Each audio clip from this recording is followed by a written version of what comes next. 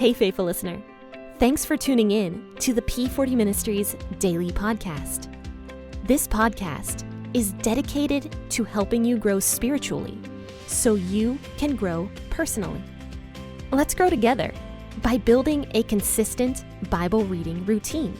This is Jen, your host, and today we will be discussing the book of Mark.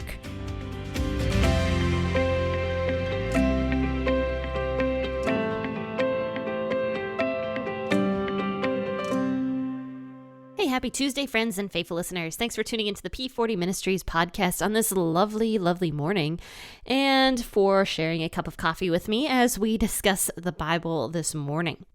And I've just had the most lovely morning this morning. My dog puked on the floor twice. And the second time he puked on the floor, I swear my dog has ODD, okay? So I tell him to do something and he always does the opposite of what I ask him to do. So he was standing above the puke, okay, and the puke was underneath him. So I tell him to stay. He steps directly into it and just drags it all over the floor and then runs from me. Oh, that was really a lot of fun. But anyway, let's go ahead and talk about the Bible this morning. This is Mark chapter 9, verses 1 through 10. And I'm going to be reading this out of the WEB version of the Bible this morning. But please feel free to read out of the version you usually read out of. And let's go ahead and jump right in. He said to them, "Most certainly I tell you, there are some standing here who will in no way taste death until they see God's kingdom come with power." After 6 days, Jesus took with him Peter, James, and John, and brought them up onto a high mountain, privately by themselves, and he was changed into another form in front of them. His clothing became glistening, exceedingly white like snow, such as no launderer on earth can whiten them. Elijah and Moses appeared to them, and they were talking with Jesus.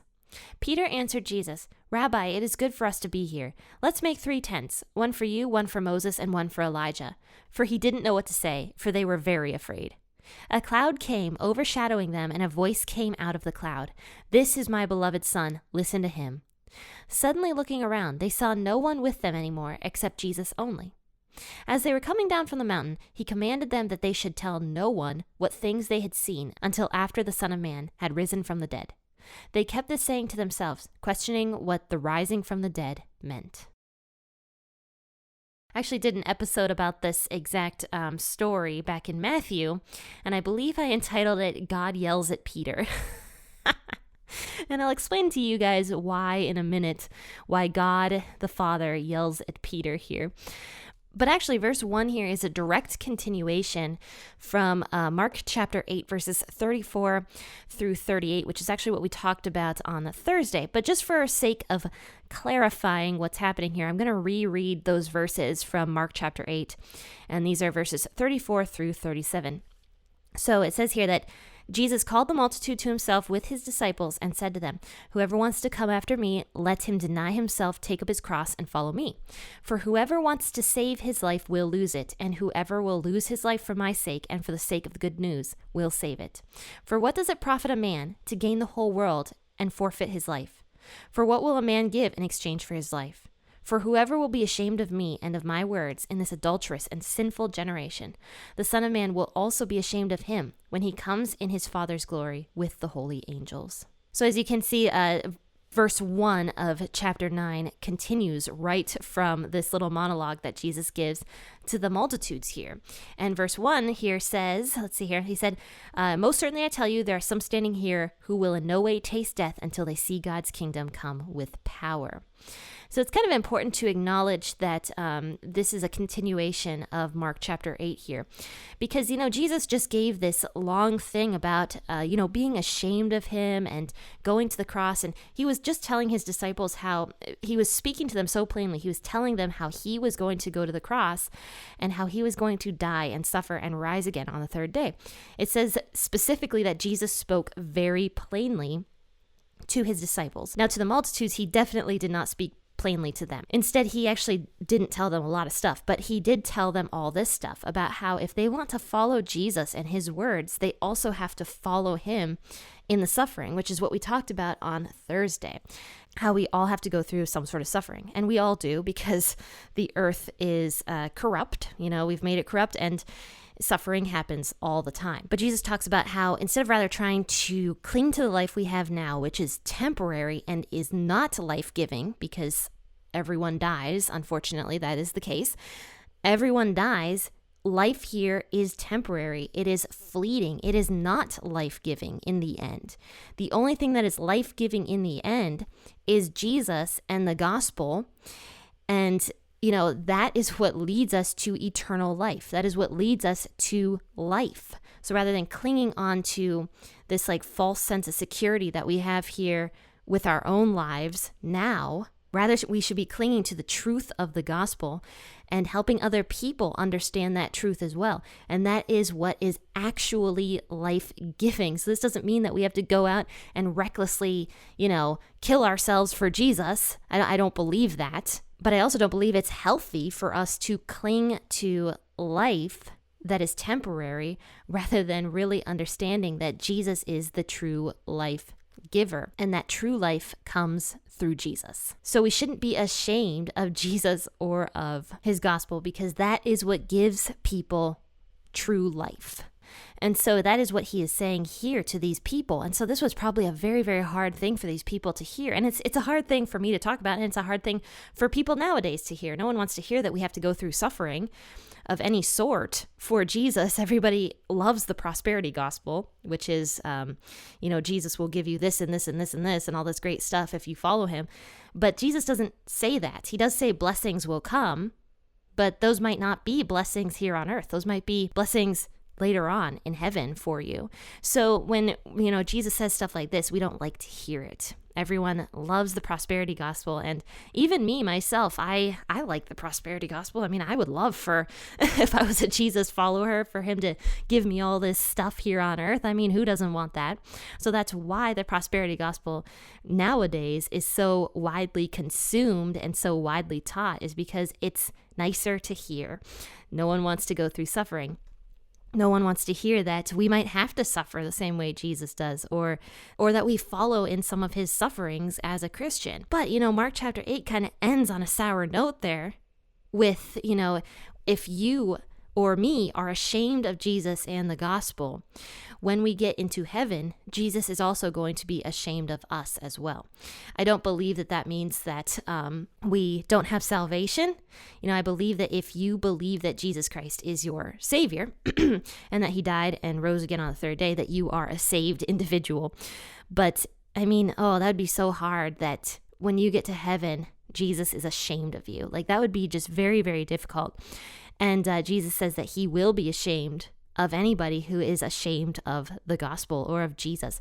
And I fall into that category at times. I remember my church sometimes does these things called coffee talks. Okay, so it's like a group of ladies that go to a coffee shop together and just talk about the Bible.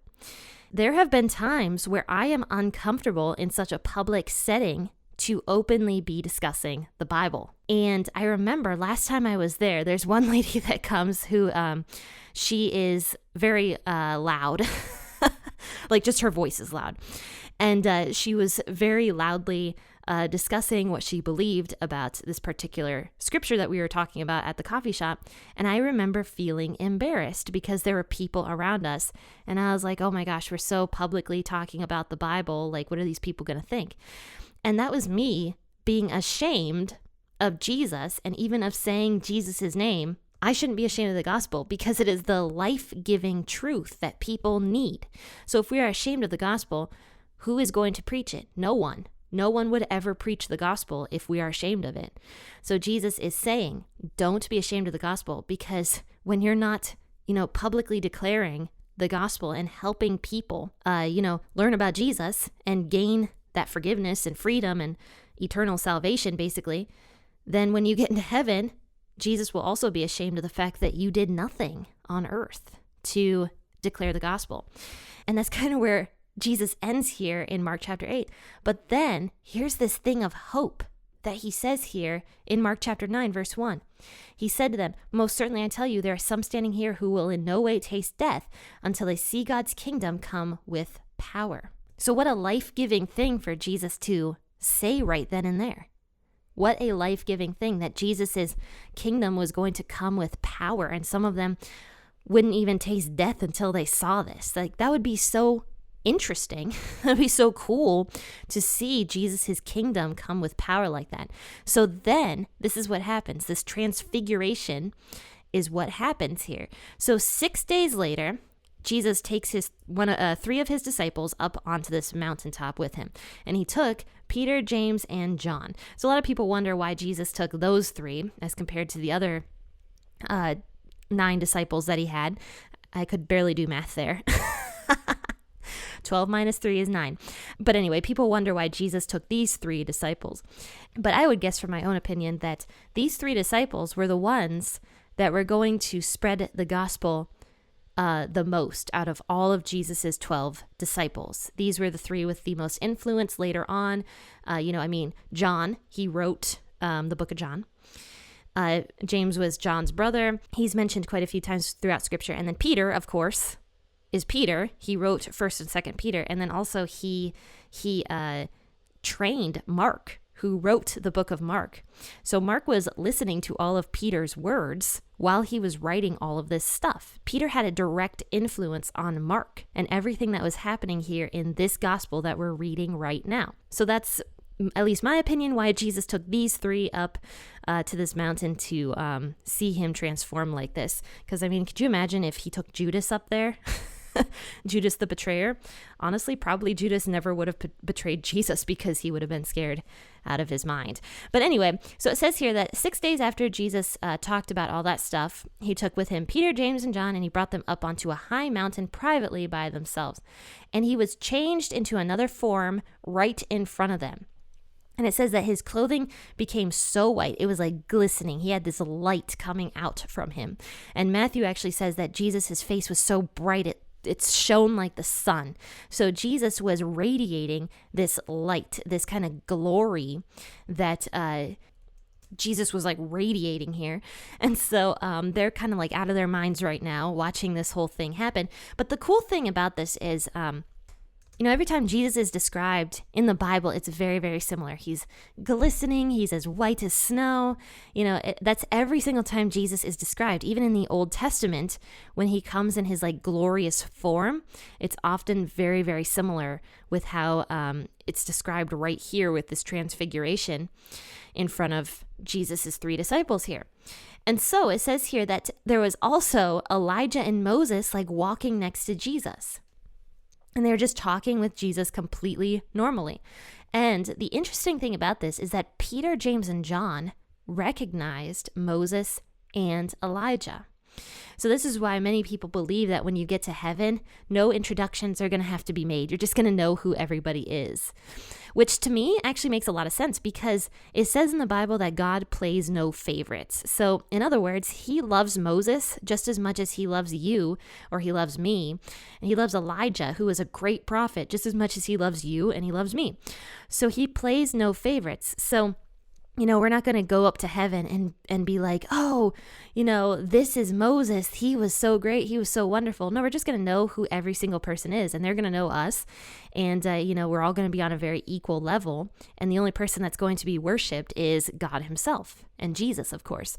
And so that's why many people believe that's why Peter, James, and John were able to recognize Elijah and Moses. So it says here that they're walking and talking with Jesus. Then Peter says here, "Rabbi, it is good for us to be here. Let us make 3 tents, one for you, one for Moses, and one for Elijah." For he didn't know what to say because he was afraid. So he's just sitting there babbling while like Jesus is like transformed in front of him, and he never saw anything so crazy in his entire life that he just like starts spewing out this nonsense. So he's like, "Jesus, forget all that stuff you said about suffering. This is your glory. Let's make 3 tents, one for you, one for Elijah, and one for Moses here." So then as soon as Peter says this, God, the Father, who is in heaven, literally yells at Peter, kind of, not really, but interrupts Peter. And it says that the cloud came overshadowing them, and a voice came out of the cloud, "This is my beloved Son, listen to him." So, and we see from Matthew that he actually said this while Peter was still talking. So he's correcting Peter. God the Father is correcting Peter because Peter is putting Elijah and Moses on the same exact level as Jesus. So once Peter does this and he's like, let's make 3 tents, one for you, one for Elijah, one for Moses. Peter is getting into this whole like worship thing because he's afraid out of his mind, and he's seeing God in his glorious kingdom with Elijah and Moses. And so he's starting to put Elijah and Moses on the same level as Jesus. So as soon as he starts doing this, God the Father interrupts Peter and says, "No, this right here, Jesus is my beloved Son. This is the one you should listen to." And at this point, I believe Matthew actually also mentions that the disciples like fall down as dead. So they didn't die, but they fainted out of just complete and total fear. So then once the cloud passes and they're like down on the ground, like losing their minds, they get up and Jesus is just standing there completely alone. And he's back to his normal self that people can look at without losing their minds. And so then it says in verse 8, suddenly looking around, they saw no one with them anymore except Jesus only. So they're probably pooping their pants right now out of fear, and they're walking back down the mountain and probably saying almost nothing, but maybe remembering what Jesus had said in verse 1 here of Mark chapter 9, that freedom-giving verse that Jesus had said, which is, "Most certainly I tell you, there are some standing here who will in no way taste death until they see God's kingdom come with power." They just saw God's kingdom come with power up on that mountain. They saw it, and there were 3 witnesses there that saw this, 3 different eyewitnesses. In the Old Testament law, if a person was supposed to be accused in the court of law, 3 witnesses had to come forward in order to accuse this person. That means that 3 different eyewitnesses had to see it for something to be a truth. Jesus took 3 disciples, 3 of the most prominent disciples that he had, up on the mountain to witness this thing that just happened so that people could know in the future that this was a truth. It wasn't just coming from Peter's mouth. It wasn't just coming from James or from John. It was coming from all 3 of them. Can you imagine if he had only taken Peter up on that mountain? People would have thought Peter was absolutely crazy when he expresses this later on in 2 Peter, which is what he does. He expresses this in 2 Peter. He tells about this story in 2 Peter when he wrote about it. People would have thought he was nuts. They'd have been like, yeah, right, you didn't see that. If just John had seen it, people wouldn't have believed him. It had to be these 3 disciples, these 3 prominent disciples that went up onto the mountain to see this thing at the exact same time so that they could each confirm each other's story and tell people that this was a truth. So this was a very, very important event that happened, that Jesus did in fact want people to know that it happened. But not quite yet. He didn't want anybody to know that this happened until after he had been risen from the dead, which is when it starts getting spread very broadly all around. And probably the reason Jesus didn't want anybody to know that this happened yet is because it would have delayed what he had come to do in the first place, which was to die for everybody's sins. If the people had widely known this information, Jesus never would have died, because the Pharisees would have been too frightened of the people, because you could see that they were starting to get more and more frightened of the people the farther this keeps going with Jesus, as the people were trying to king him and everything. So the Pharisees would have been too frightened to do anything to Jesus had this information been publicly spread. Jesus's primary goal for coming to earth was not so that he could, reign as king here on earth yet. That's coming, but not yet. It was so that we could be freed and forgiven. That was Jesus's goal for coming to earth. He paid the price of death for us so that we do not have to do that. So as Jesus is coming down this mountain, he says to his disciples, don't tell anyone this until after I have risen from the dead. So the disciples are sitting there questioning to each other and to themselves. They're like, what does rising from the dead mean? And I find that really interesting that they were questioning that, because Jesus had already described everything that was going to happen to him in Mark chapter 8 when he was discussing all that stuff openly with his disciples. So see how this is all linked from Mark 8 all the way to right now, which is why I wanted to mention Mark 8 again. Jesus was openly discussing everything with his disciples about what was going to happen to him, that he was going to die, and 3 days later he was going to be risen from the dead. So his disciples are sitting there questioning it, which just shows maybe not how little faith they had, but how hard their hearts were maybe, or they just didn't have a good understanding of what was going on. Because whoever heard of rising from the dead, they probably just did not understand. They couldn't fathom what was about to happen. It just didn't make any sense to them. So the disciples are sitting here questioning everything that is happening, questioning themselves, questioning what Jesus said about rising from the dead, and probably just, wondering about what happened there on that mountain and how they had seen Jesus come with his glorious kingdom. They saw Jesus in his glory, and everything that Jesus had said in verse 1 had come true, that those 3 disciples were not going to taste death, or not going to die, in other words, until they saw Jesus's glory and Jesus's kingdom with power, coming with power, which is exactly what they saw. So friends and faithful listeners, this was Mark chapter 9, verses 1 through 10 today. Hope you loved this chapter of the Bible, and if you did, share it on your social media platforms and let everybody know that this podcast exists. If this podcast has touched you in any way at all, and you've learned from it, then please do your best to help it grow by, letting people know that this podcast does in fact exist.